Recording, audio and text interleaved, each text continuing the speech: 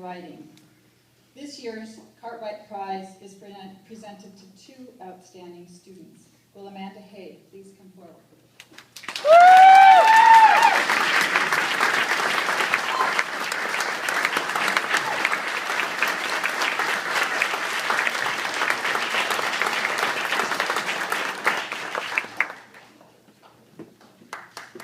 Amanda is a double major in computer science and philosophy. She began in computer science, came later to philosophy.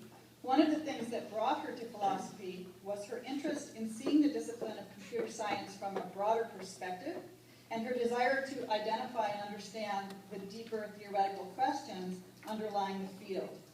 The areas she has most studied in philosophy, logic, philosophy of language, philosophy of mind, and philosophy of cognitive science, fit with these overarching interests. Last summer, Amanda attended a demanding summer program in logic and formal epistemology at Carnegie Mellon University. Woo! After graduation, she plans to work as a software engineer at TripAdvisor in Boston.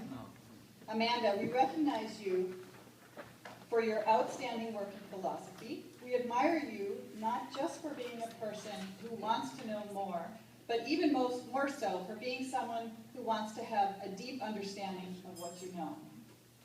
We're pleased that Amanda has agreed to share with us her reflections on her experience as a philosophy major.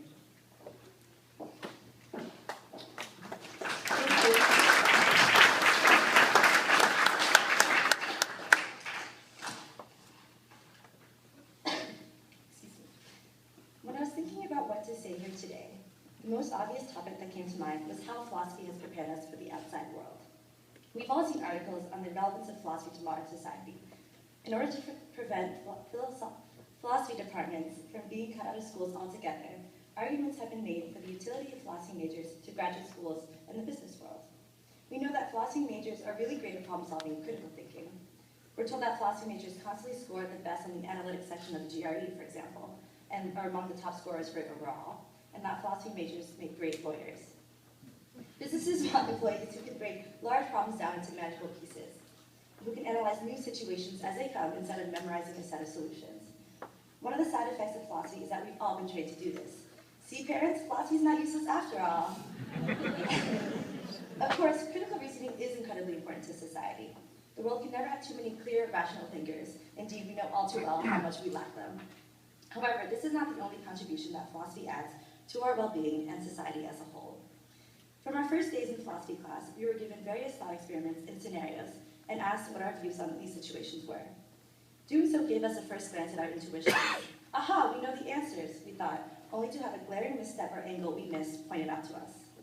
As time went on, and as we took harder classes, we began to get better at knowing that we didn't know it all. We became more open to having our views challenged. I like to argue that this too has as much value as critical reasoning itself. Why? The more we analyze situations, real or imagined, and discuss what we think is the truth, the more we are able to understand ourselves, to see what baggage and biases we bring with us in our approach. Once we understand our weak spots, we can take them into account. We can step outside of our own perspectives and see the reasons why we think the way we do. Then, when we interact with others and find ourselves disagreeing with their perspectives, we can also consider why they think the way they do, and recognize that we are all limited by our experiences, and realize that they have reasons for their reasoning too. What I'm talking about is not empathy, the ability to understand and feel the emotions of someone else. Instead, I like to call this respect.